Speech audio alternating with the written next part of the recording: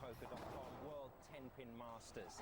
16 of the world's best players from 12 different countries are assembled here to play over the coming days for the coveted Masters title and the not too small matter of a paycheck for $30,000.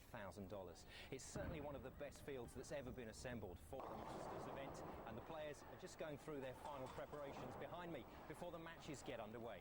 Amongst the challengers, a 10-pin legend and PBA Pro Tour player, Chris Barnes of the USA.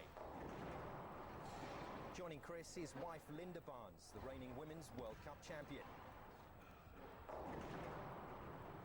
The Men's World Cup champion is also here. Canada's Michael Schmidt will make his Masters debut. The Masters wouldn't be complete without the striking Viking, three-time Masters champion from Norway, Tore Torgersen. Completing the Scandinavian connection, Europe's Weber Cup captain and Masters regular Thomas Leanderson of Sweden is also here. An impressive lineup of bowlers from around the world, and all here to challenge the defending champion, Germany's Jens Nickel, who swept all before him in 2005. 278. Fantastic. The 2005 World 10-Pin Masters champion. The opening match of this year's Masters event will be underway shortly, and defending champion Jens Nickel of Germany will be playing against one of the young sensations in 10-pin, England's Dominic Barrett. So what does the 20-year-old Englishman think about his first shot at the Masters?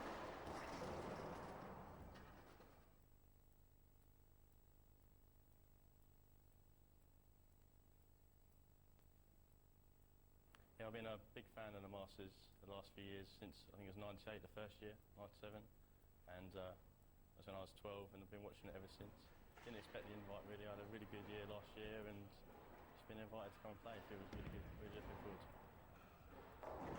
The Masters format's pretty tough. You've got to be good for 2 games. If not, then there's more chance you're going home. So it's a race. My nerves aren't too bad at the moment, but get the first couple of balls out of the way and then we'll see how we go from there. My form is pretty good at the moment. 2 weeks ago I had my third 300, so hopefully I'll be able to bring that form into today. In the first round I've got Jens Nickel, which is a reigning champion, so it should be an interesting match, but I'm really looking forward to playing him and can't wait to have a go. I think I can win it. I'm definitely going to have a go. Dominic's opponent is back to defend his Masters title. In 2005, the man they call the Smiling Assassin was laughing all the way to the bank.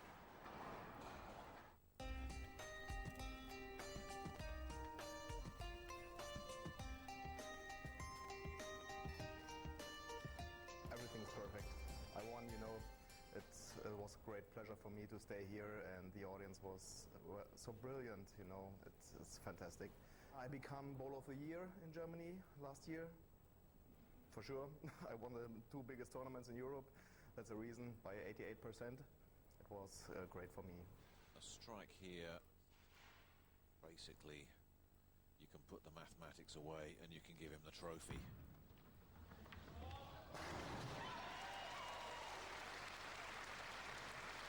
And not only that, he will be bowling for a 300 game in the last frame.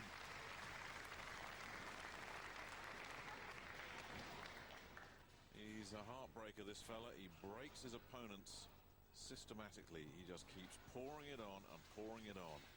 And now he needs 3 more strikes for the roof to come off this place. He has 9. They all want it and it hasn't happened. What a shame. Everybody wanted the 300 game.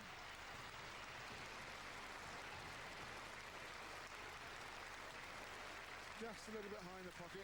An emotional Jens Nickel will make a spare here. The very emotional Jens Nickel.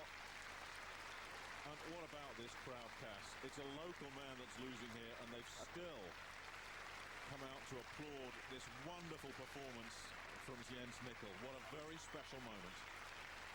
And he hasn't finished yet. Take your time, Jens. If he makes this spare, he's got to shoot another ball as well. It'll be a bonus. He's gone to miss it. Oh, yeah. He's got another shot now. Earns himself a bonus ball. A strike for 279. And the title. 278. Fantastic. The 2005 World 10-pin Masters champion, Jens Nickel. I've got no pressure. It's always fun for me to playing bowling, and then the perfect audience they pushes me to the victory. Great. What shall I say? Dominic.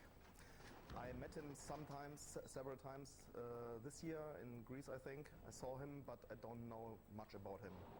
He's young, I'm old. I'm serious, you know. He's a little bit more pressure on his shoulders now, playing against the defending champion. Oh, it's tough. Everybody can beat everybody. Chris Barnes is here, a pro, you know, and it's perfect. I want to play against Chris, so I'm for sure in the final.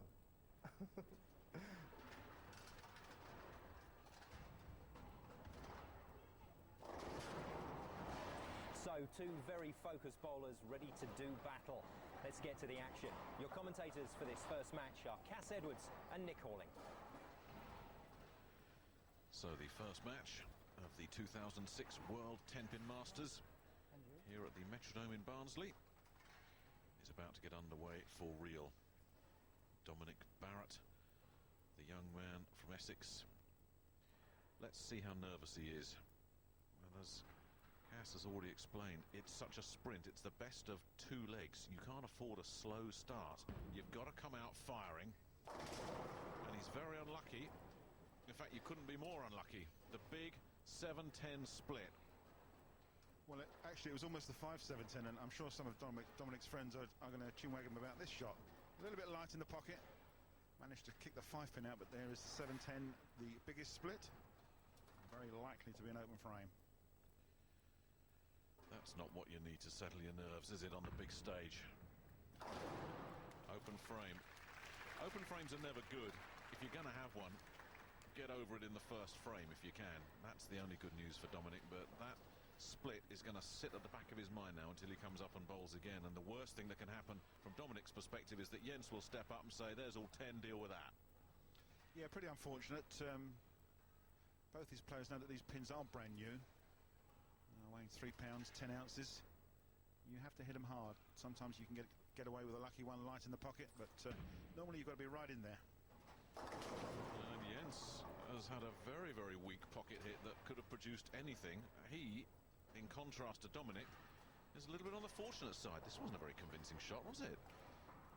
Slightly high on the headpin for his first shot, and left the 4-9 split, but as you can see, that 4-pin's just been tripped from behind.